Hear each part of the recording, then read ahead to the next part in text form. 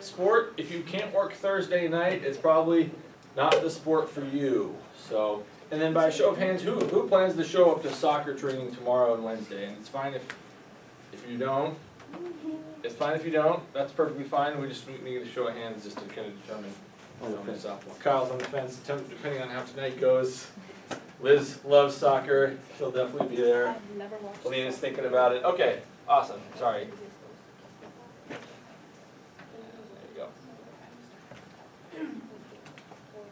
Alright, so thank you all for being here. We really appreciate it. We're going to get started here talking about kind of the basics. First, we want to talk about what we want you to get out of this training. So these are our 3 learning objectives. We want you to be able to understand all the rules and to be able to make consistent calls with softball. We want you to know what a legal pitch looks like, and more importantly, what an illegal pitch looks like.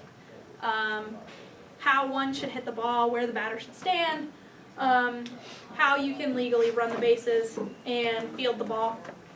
And then we want you to understand any illegal acts that can be committed by players and to be able to know the rules and mechanics for communicating that to players. So basic things. We play all of our games at the Hawkeye Softball Complex. We're going to drive over there for the second half of training. If you see any teams coming in with alcohol or tobacco or any other drugs or anything like that, immediately let the supervisors know.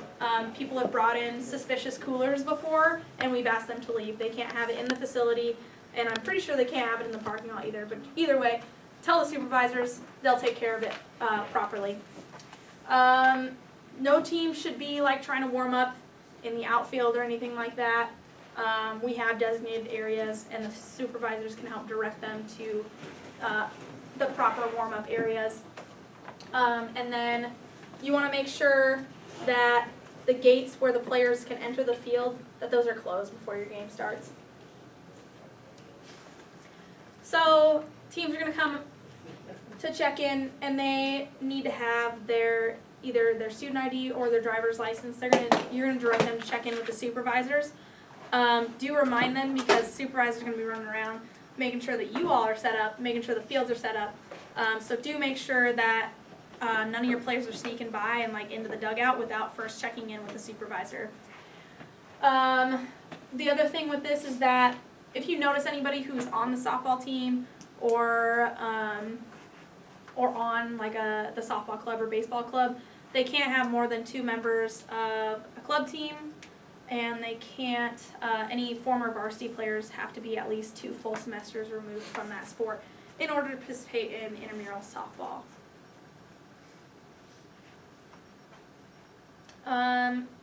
You need 8 players to start a game. Since this is co-rec, they need 4 men and 4 women. They can have a maximum of 10 players on the field, but then they can bat up to 12 players. So the rest of their people on their roster are going to be used as subs. And then if their subs are going to bat, they are going to have to play at least 3 defensive outs before they can come back, before they can be replaced back into the game. So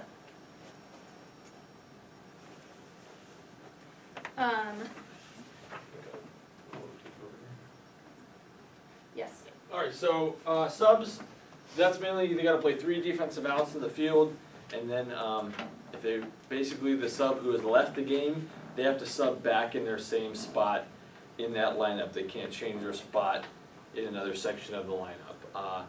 Also, the 3 defensive outs rule is in place to say, you know, Ethan, you can't bat and then sit on the bench and then bat again and then sit on the bench and then bat again, sit on the bench just because you're a power hitter. You have to play in the field even though you may not be good in the field. So that's how the setup is, why those rules are in place. Each team, when they get there, the supervisor is going to give them basically a lineup chart, and they're going to write down their lineup. They're going to verify their lineup with the opposing team in the other dugout. Okay, so this is not for you to kind of scrutinize over and to look after. I mean, if you see something that looks suspicious, then bring it up, or if you see somebody batting out of order, you're going to call them out. But having softball, it's kind of like the lowest end of the priority. The other team is kind of gonna hold the other team accountable for that. If the other team brings it to your attention, if they are in fact correct, you're gonna look at the lineup, and in that case, you're gonna basically administer an out or allow the Reds to score, whatever it may be. So that's the setup there. So our lineups, they must alternate between male and female batters when they're up to bat. So male's up first, a female is gonna follow. If, however, they're playing with an uneven number, say they have 11 batters in their lineup, that outnumbered gender can then rotate into the lineup. We'll still maintain that male-female setup, but those, say that outnumbered gender, whether it be male or female, they can then insert themselves back around into the lineup, so that way it's not an automatic out where that gap may be. Does that make sense to everyone? A little bit.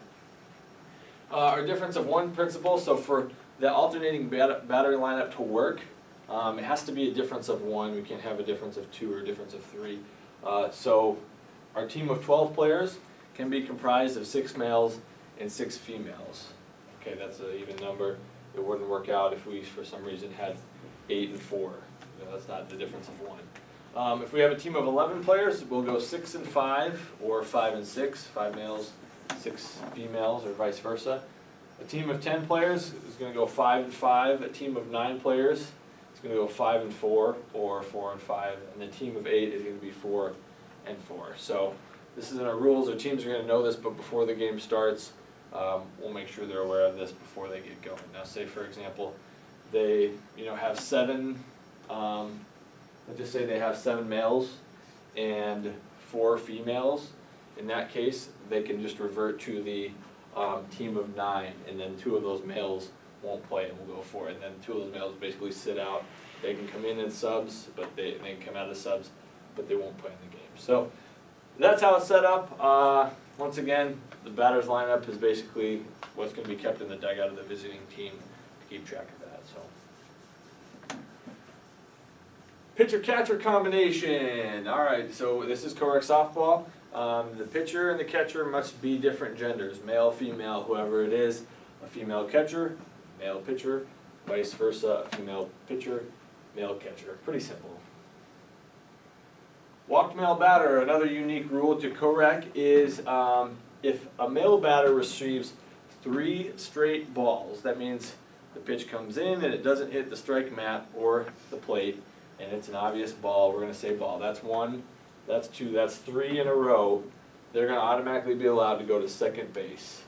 Okay, if there's a strike intermixed in there somewhere, only first base. So 3 straight balls automatically get to go to second. And what this is in place to prevent is a quick double play where maybe a female who isn't going to hit the ball as hard gets up to bat while male's on first, and we didn't let that male move. She hits the ball, and they get a quick double play, throw to second, throw to first. So we're just going to go ahead and make a gap there, allow that male to go directly to second base. However, if there's a strike, they got to go to first. This also is going to advance the other players on the base to the runner, to the next base that they are forced to. So, for example, if there's a runner on first base, I get walked with 3 straight balls. I'm going to push that runner on first base all the way to third. Now, if there's only a runner on third base, I get walked. I go all the way to second base. Okay. That runner on third is going to do what? They're not going to get forced anywhere. Yeah, pretty simple. We're not going to give you any free bases because you're on first there. Cool. All right, courtesy runner. This is allowed for any time there's an injury during at-bat or prior to an at-bat. So say I'm the old Gipper on my team and I want a courtesy runner because I can't run the bases. I'll say, hey umpire, I'd like a courtesy runner once I make it safely onto the base. However, if I make it to third base, obviously I wasn't that injured that much, so I am not going to be awarded a courtesy runner once I make it to third base. I make it to second base, I make it to first base, I'll say, hey, get Matthew in here to sub for me. That's perfectly fine. Matthew comes in. That's my pinch runner. Only 1 pinch runner is allowed, or courtesy runner is allowed per inning. So I can't have one and then my teammate behind me has one. Only 1 per inning. They're trying to minimize this just to make sure people are playing and not trying to get out of playing, pretty much. And also a courtesy runner can be used if I'm injured while I'm running the bases for some reason. I'm trying to run and I slide into second and I get injured while I'm sliding into second, I can then have somebody come in, okay? Our gender combinations, they must remain the same, so if I'm a male, I go out, Ben must replace me as another male, we can't have a female come in, vice versa. Alright, equipment, nope, I'm done. Okay, for equipment, jewelry is allowed, but if you think it's unsafe when you're doing your captain's meeting, you can ask them to remove it. All players must wear closed-toed shoes, so no one can run around in sandals out on the fields. It'd be really hard to play. No metal spiked cleats. The supervisors will be checking, but if you guys hear the cleats when they're walking in between the fields, feel free to say something because they can't have metal cleats. They can have plastic cleats, that's okay. Any player found wearing the illegal equipment on the fielding team will be removed from the field of play for the remainder of the inning, and they can't be replaced. So they'll be playing with a player down.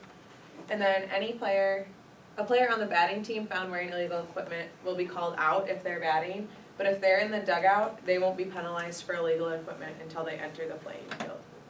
Okay.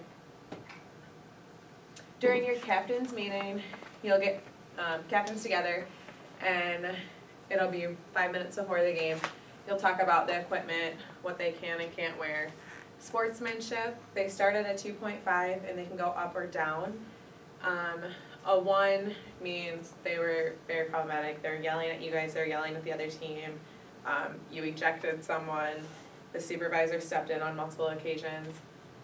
2 is they had, the supervisor stepped in once. You warned them a couple times, and then they finally were under control.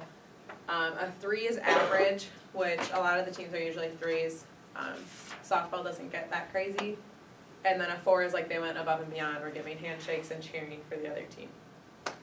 And you'll go over the timing, which is, I'll go over in a second. You'll go over ground rules, and then you'll determine the home and away teams, and you can do it by putting a number behind your back, asking odd and even, and then they can decide if they want to be home or away. So, or rock, paper, scissors, however you want to do your captain's home and away. So game time will be 7 innings or 6.5 if the home team is ahead. It'll be 7 innings or 50 minutes. No new innings will start after 50 minutes. And if it's tied, the offensive team will put a runner on second base. And it'll be the person who had the previous out the inning before. They'll start on second base at the start of each inning. There are mercy rules in softball. 10 run in effect after the 5th inning, so 10 after 5, and then 15 runs after 4.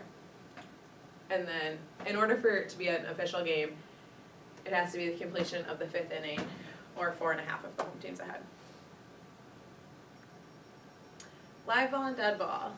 The ball will become live at the start of each pitch, and then it will become dead after the ball is secured by the defense and there's no longer a play to be made, which the umpire will then just say, time, the pitcher will have the ball, and then the next batter will come up to bat. If the defender throws the ball out of play, the play is dead, and the runners are going to be awarded the base they were going to, plus an additional base. So if I was running to first, and the third baseman threw it out to the middle of nowhere, I get first base, and then I get to go to second base. And then if the batter throws the bat and contacts the catcher or the umpire, the play is dead, the batter is out, and you'll yell batter out because we want the catcher and we want you guys as umpires to be safe and not get hit by a bat. So.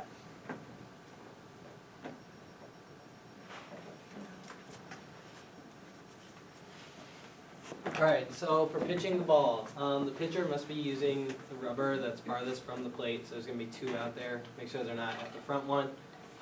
Legal delivery of a pitch, make sure we're doing one continuous motion, we're not doing reverse or something like that. And make sure the ball, or make sure they don't pitch like between their legs or behind their back.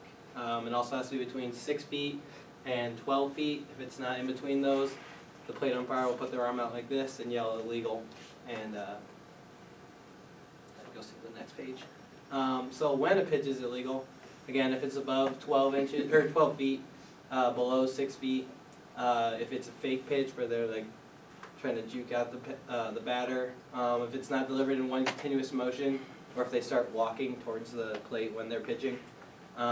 So for illegal pitches, when you yell illegal, the batter doesn't have to swing, it's automatically gonna be a ball. But if they do swing, we're just gonna treat it like it was a normal pitch and it was legal.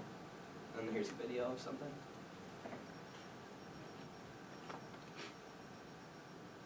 So that's him not having a continuous motion. And then he pitches it way too quickly before anyone's ready. So those would both be illegal pitches, and they're both not high enough either.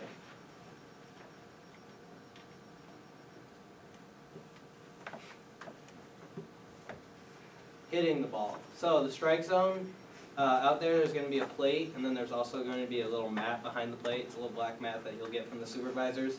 If the ball, or if the pitch hits the plate or the mat, it's going to be a strike.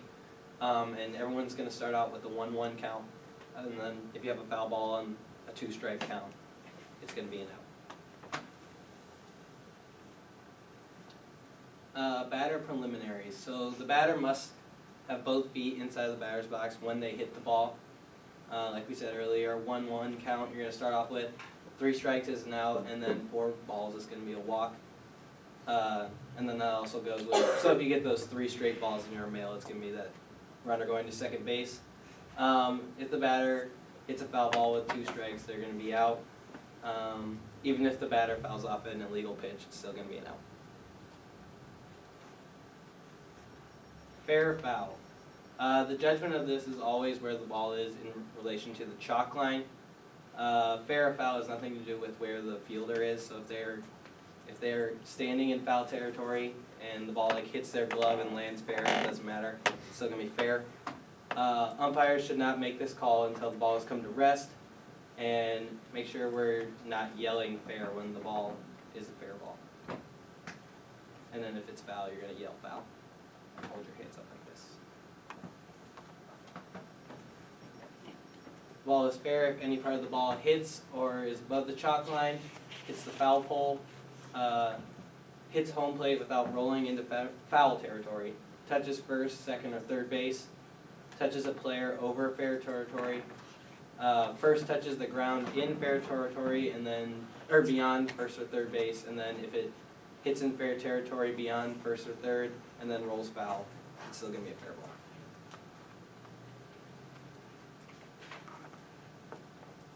The batter is out if he or she strikes out, is found using an illegal bat, which you'll have a list, the supervisors will have a list, so we'll let you know. Fouls off the 3rd strike, steps outside of the batter's box when they contact the ball, touch home plate when the ball makes contact with the bat, hits a home run past the home run limit, if there's an infield fly, or if the batter throws the bat and hits the catcher as well. So the home run rule is 3 over the fence home runs per team. Any home run over this limit is going to be an out. Unless both teams have already hit 3 home runs, then they'll both get one more, so they'll both end up with 4. If one team goes ahead, so they hit their 4th home run, the team that can hit a home run next is the team that has 3. Does that make sense?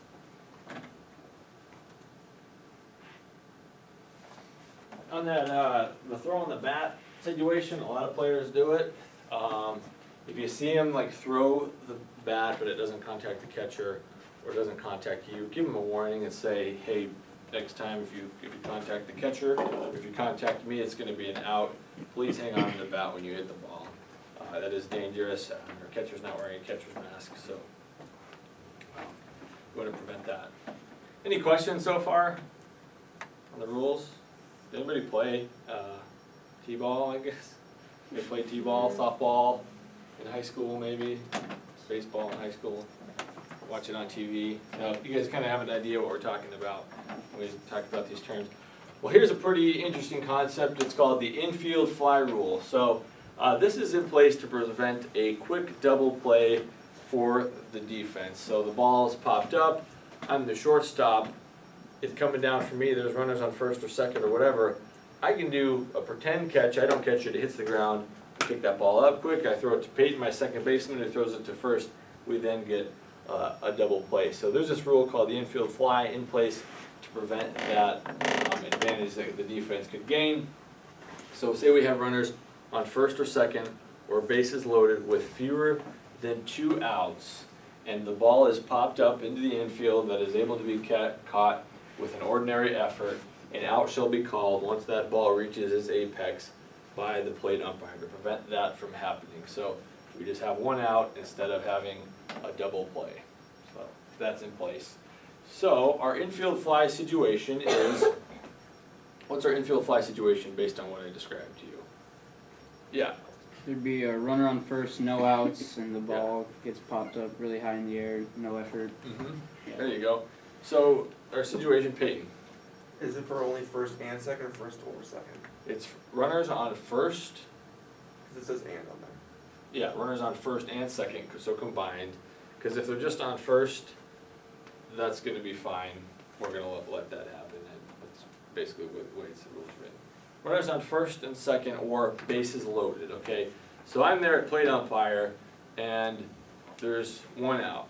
That's our situation, and there's a runner on first and second. We then have an infield fly situation. So we know this before the ball is hit, before the pitch starts coming. Or bases are loaded, fewer than 2 outs. We know this before it happens.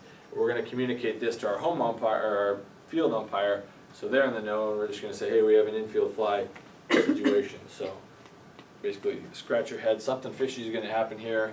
I need to be aware of this infield fly situation. I need to make sure my co-umpire is aware of this as well.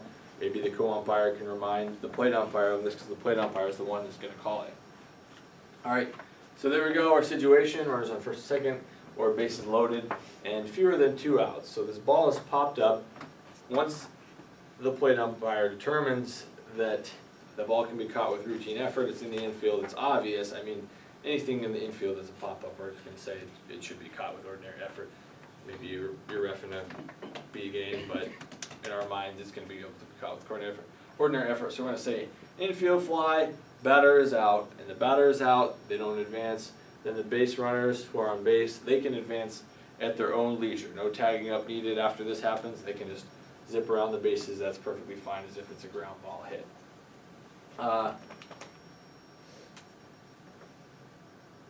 If for some reason it's on the foul line, the plate umpire may correct their decision. Infield fly, batter is out. If foul, there's no infield fly rule. So if for some reason the ball goes. So when in doubt, if it's on that foul line perimeter, I would call an infield fly rule. And then if it goes foul, just say you're not out, come on back. That's gonna be a strike for you.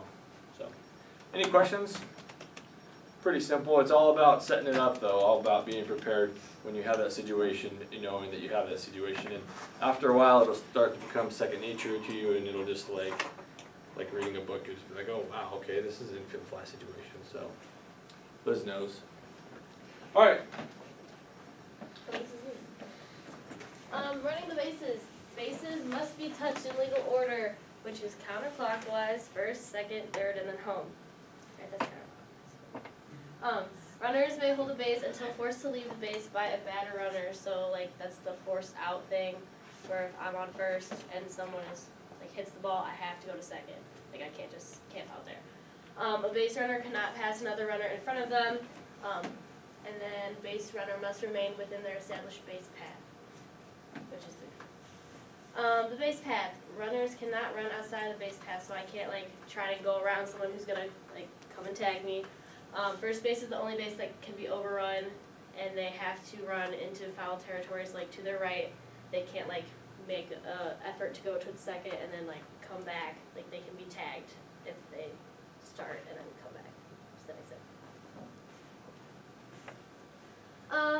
Runners can be put out on an overthrown ball that is still in playable territory, so like inside the fence. They'll be awarded an additional base for an overthrown ball, including the base that we're going to. So like if I'm running towards second and that doesn't really make sense. If I'm running towards third and like first overthrows it outside of the fence over the dugout, I would go to home. Right? That is how that works. Cool. The runner is out if he or she runs more than 3 feet outside of their base path. So like if you're officiating and they're trying to like run around the person who's trying to come tag them, you call them out. If they're tagged by the fielder with the ball while not on the base, self-explanatory, fails to reach the intended base on forced play. So again, if the ball's hit and I'm on first and I'm going second and they throw the ball to the person standing on second and I'm not there, I'm out. Leaves the base early or leads off, we talk about that later, right? Cool. Fails to touch the base in proper order, resulting in an appeal, and interferes with a fielder and is contacted by a batted ball while off base. So if I'm like running to second and there's like a line drive and it hits me while I'm running there, I'd be out. What does an appeal mean? An appeal, so if I decide that I don't want to touch second and I just skip it and I go to third and someone sees it, like on the other team, they can say, hey, she didn't touch second. But I as an official will not say that unless they bring it up. And then I'd say, oh yeah, you're right, batter's out. Does that make sense? So you wouldn't just say, oh, you're out, you didn't touch it, only if the other team says something. And that's same with like at home, if they didn't touch home plate running in and the catcher's like, they didn't touch home, you say, yes, you're right, they're out, or no, they touched it. When can they no longer appeal? After the next play starts, after the ball is pitched.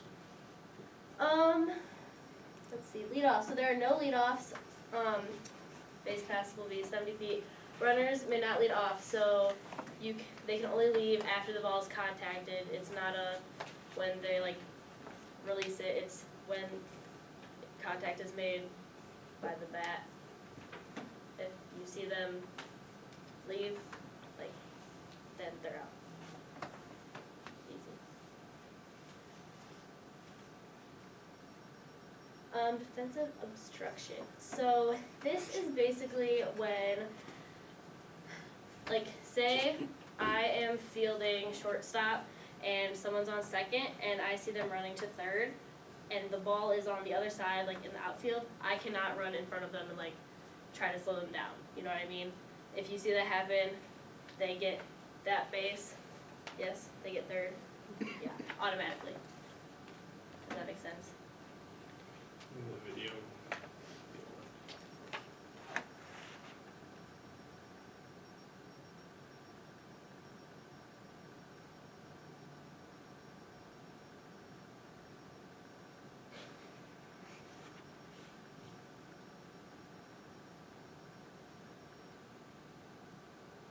Is that it or is there I more? don't think that is I think it plays again. Oh. So basically what's happening is the catcher was there before the ball was there. So she like wouldn't let, like that would be okay if the ball was there when she was sliding. Does that make sense? That one's kinda hard, but like especially with catchers, like you can't stand on home plate while someone's like coming and there's no ball anywhere near you. And then offensive interference. So this is basically like runners have to let the people in front of them field the ball. Like you can't run it, like knock them over while they're trying to field a ground ball. You have to go around them or like stop and wait. You know what I mean? That's pretty self-explanatory too. It's basically the opposite. So they would be out, by the way.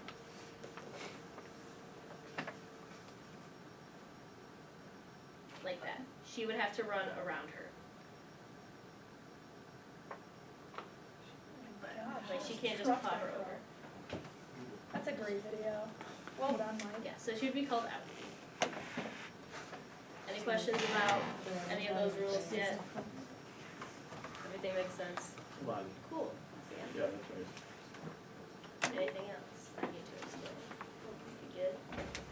We ran through that really quick, so if there's any questions, please. Yeah, So you're not allowed to steal? Like if it's a legal Correct. pitch, but the You can't catcher steal. can't, okay. Also, are you allowed to slide? Yes. Okay. So.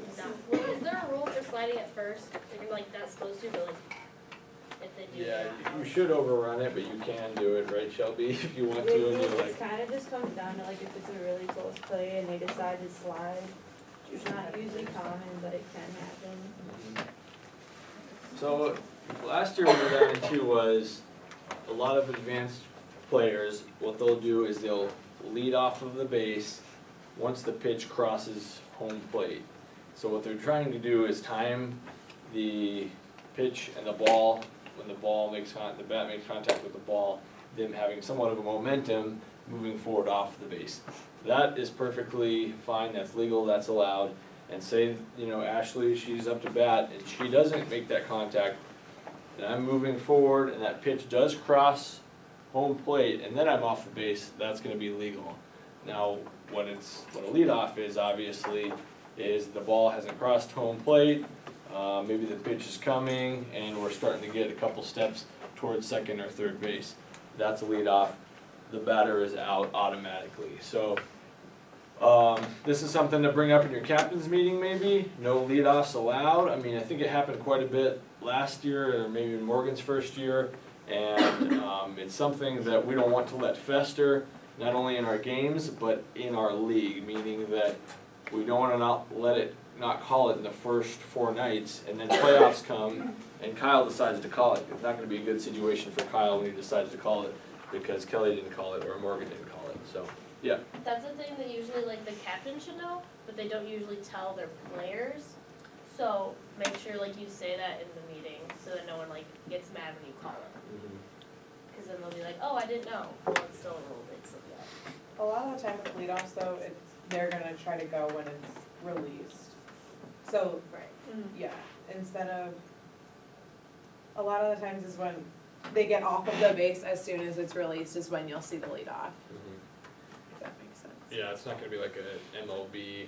No, yeah, they're not gonna like You know. stand off the base, but a lot of the times they're used to, once the pitcher releases the ball, like in softball, then they can lead off. But you can't do that, That's not allowed. that's illegal. Until it crosses home plate.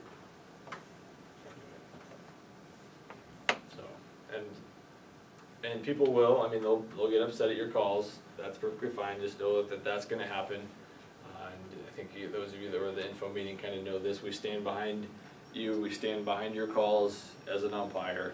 So, and our supervisors, they're gonna work to coach you, they'll talk to you, maybe in between innings or after the game, give you some advice, give you some ways to get better. And the big thing is to not let the players try and alter or change your decision, because once you make a decision and you call, Elise out, right? Well, Kelly's gonna be happy. She's like, yes, I got Elise out. And Elise's team comes running to us and Elise is like, I'm not out, did you see me touch the base, it was perfect, I was there, 2 minutes ahead of time, did you see that? And you're like, oh yeah, you are, oh man, I screwed up, oh my gosh, okay, safe. And then Kelly's even more mad, who's the one who made a legit defensive play, so make that decision and stick to your guns. I mean, I've gotten calls wrong, I still get calls wrong, if I get it wrong, I'm still gonna stick to my guns, because that's how the game is gonna flow. I'll then, leave, watch it on tape 100 times, be pissed at myself the next day, but we gotta stick with our calls. Yeah, Shelby? When is it okay to talk to your base umpire